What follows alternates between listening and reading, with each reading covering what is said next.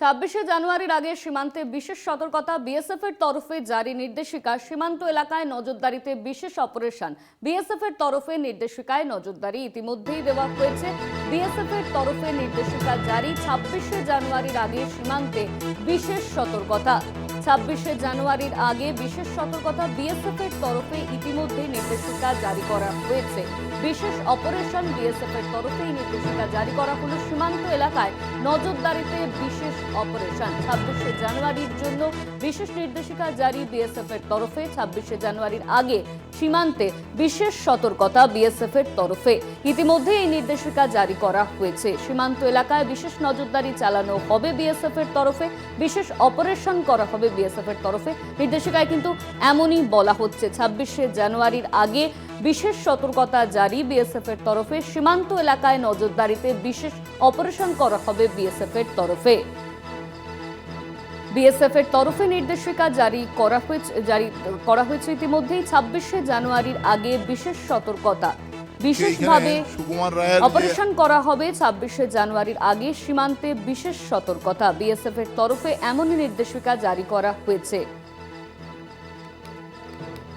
26শে জানুয়ারির আগে সীমান্ত এলাকায় নজরদারিতে বিশেষ অপারেশন চালাবে বিএসএফ। ইতিমধ্যে নির্দেশিকায় এমনই জারি করা হয়েছে। বিএসএফ এর তরফে এমন নির্দেশিকা জারি করা হলো। 26শে জানুয়ারির আগে সীমান্তে বিশেষ সতর্কতা বিএসএফ এর তরফে। 26শে জানুয়ারির আগে সীমান্তে বিশেষ সতর্কতা বিএসএফ এর তরফে নির্দেশিকা জারি করা হলো। সীমান্ত এলাকায় চালানো হবে বিশেষ নজরদারি। সীমান্ত এলাকায় বিএসএফ এর তরফে বিশেষ নজরদারি চালানো হবে। সীমান্ত এলাকায় নজরদারিতে বিশেষ অপারেশন।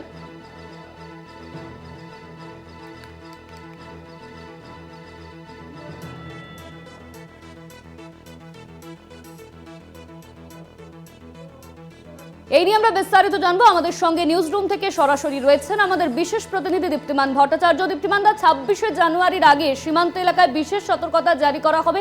নির্দেশিকায় ঠিক কি বলা হয়েছে? দেখো, যেটা জারি করা হয়েছে সেটা হচ্ছে অপারেশন অ্যালার্ট। এই অপারেশন অ্যালার্টটা হচ্ছে বিএসএফ এর একটা নিজস্ব এক্সারসাইজ, যেটা তারা বিভিন্ন সময় করে থাকেন। এবং এই অপারেশন অ্যালার্ট যেটা থাকে সেটা কিন্তু মূলত ভারত পাকিস্তান সীমান্তে বিএসএফ এই এক্সারসাইজটা মূলত করে। এবং এতদিন আমরা এই অপারেশনটা কিন্তু দেখে এসেছি মূলত ভারত পাকিস্তানের দিকেই বিএসএফ এই অপারেশনটা করতো বা এই অপারেশন অ্যালার্টটা দিত এবং তারা এই প্রসিডিওরগুলো এক্সারসাইজগুলো কন্ট্রোল করতো। এবার দেখা গেল এবার কিন্তু এই 22 তারিখ থেকে 31 তারিখ পর্যন্ত এই অপারেশন অ্যালার্ট দেওয়া হলো কিন্তু ভারত বাংলাদেশ সীমান্তে।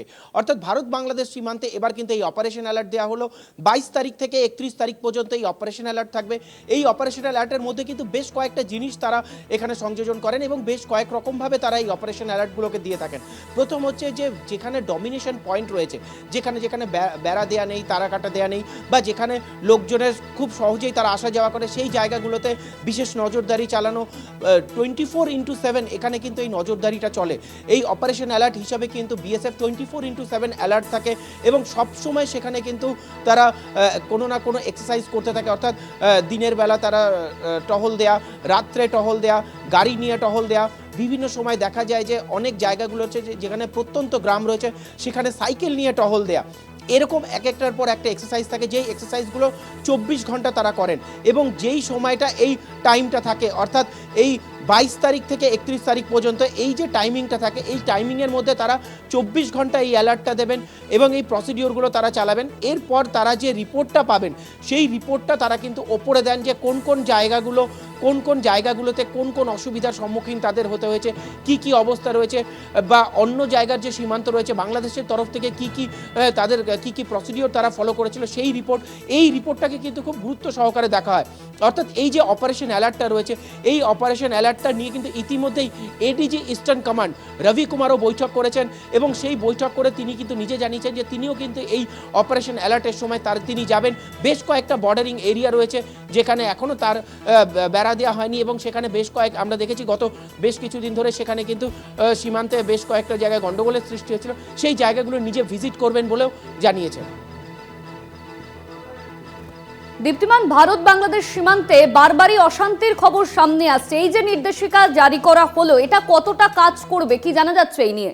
দেখো, এই যে অপারেশন অ্যালার্ট রয়েছে, এই অপারেশন অ্যালার্টটা কিন্তু আমরা এতদিন দেখে এসেছি, এটা বিএসএফ এর একটা নিজস্ব এক্সারসাইজ। যেরকম আর্মির বেশ কিছু এক্সারসাইজ থাকে, সেরকম বিএসএফ এরও এটা একটা নিজস্ব এক্সারসাইজ। এই এক্সারসাইজটা তারা মূলত করেন ভারত পাকিস্তান সীমান্তে। মূলত এই যে এক্সারসাইজগুলো দেখা যায়, এগুলো দেখা যায় কোনো সময় হয়তো গুজরাতে করা হচ্ছে, রান অফ কচে করা হচ্ছে, সেখানে কিন্তু এখানে তারা বিভিন্ন ধরনের নতুনত্ব নিয়ে আসার চেষ্টা করেন। আমরা ভারত পাকিস্তানে যখন এইরকম কোনো অপারেশন অ্যালার্ট দেখেছিলাম, সেই সময় তারা দেখেছিলাম উট নিয়ে তারা সেখানে নজরদারি চালাচ্ছেন, তারা বিভিন্ন জায়গায় যাচ্ছেন, যেই এরিয়াগুলো ডমিনেশন রয়েছে সেই এরিয়া অফ ডমিনেশনে তারা যাচ্ছেন, এইগুলো কিন্তু তারা দেখা যায়।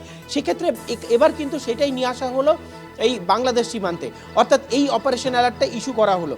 এই অপারেশন অ্যালার্টে কিন্তু এখানেও এই জন্যই গুরুত্বপূর্ণ যে যেই জায়গাগুলোতে ধরো গাড়ি যেতে পারে না, অনেক সীমান্ত রয়েছে যেখানে হয়তো হাফ বাড়ি হিলির দিকে, হিলিতেই এমন অনেক কয়েকটা জায়গা রয়েছে যেখানে বাড়ির মাঝখান থেকে বর্ডার গেছে, সেক্ষেত্রে সেইখানে তাদের নজরদারি করা, বাড়িতে গিয়ে থাকা, সেই বাড়ির জায়গাগুলো দেখা, অর্থাৎ তাদের একটা নিজস্ব রকমভাবে তারা নিজেদের মতন করে পুরো এই সময়টা তারা ডমিনেশন করেন, এরিয়া অফ ডমিনেশন। এবং এই তারা এমনিতেই 24/7 এরিয়া ডমিনেশনে থাকে, কিন্তু এই এরিয়া ডমিনেশনে কিন্তু স্পেশাল অ্যালার্ট দেওয়া হয়, অর্থাৎ সেই সময় তারা 24 ঘন্টা তারা টহল দেবেন। 24 ঘন্টা মূলত সেই জায়গাগুলো যেখানে এখনো পর্যন্ত তার কাটা দেওয়া হয়নি, বেড়া নেই, কোনো কিছু নেই, যেখানে মানুষ খুব সহজেই এপার ওপার করতে পারে, সেই জায়গাগুলোতেও কিন্তু এবার এই অপারেশন অ্যালার্টের মধ্যে পড়ে যায় এবং তারা এই জায়গাগুলোতে বিশেষ নজরদারি চালায়। ধন্যবাদ তোমায় দীপ্তিমান। আমাদের সঙ্গে সরাসরি নিউজ রুম থেকে ছিলেন আমাদের বিশেষ প্রতিনিধি দীপ্তিমান ভট্টাচার্য। 26শে জানুয়ারির আগে সীমান্তে বিশেষ সতর্কতা জারি করা হলো বিএসএফ এর তরফে, ইতিমধ্যেই নির্দেশিকা জারি করা হয়েছে।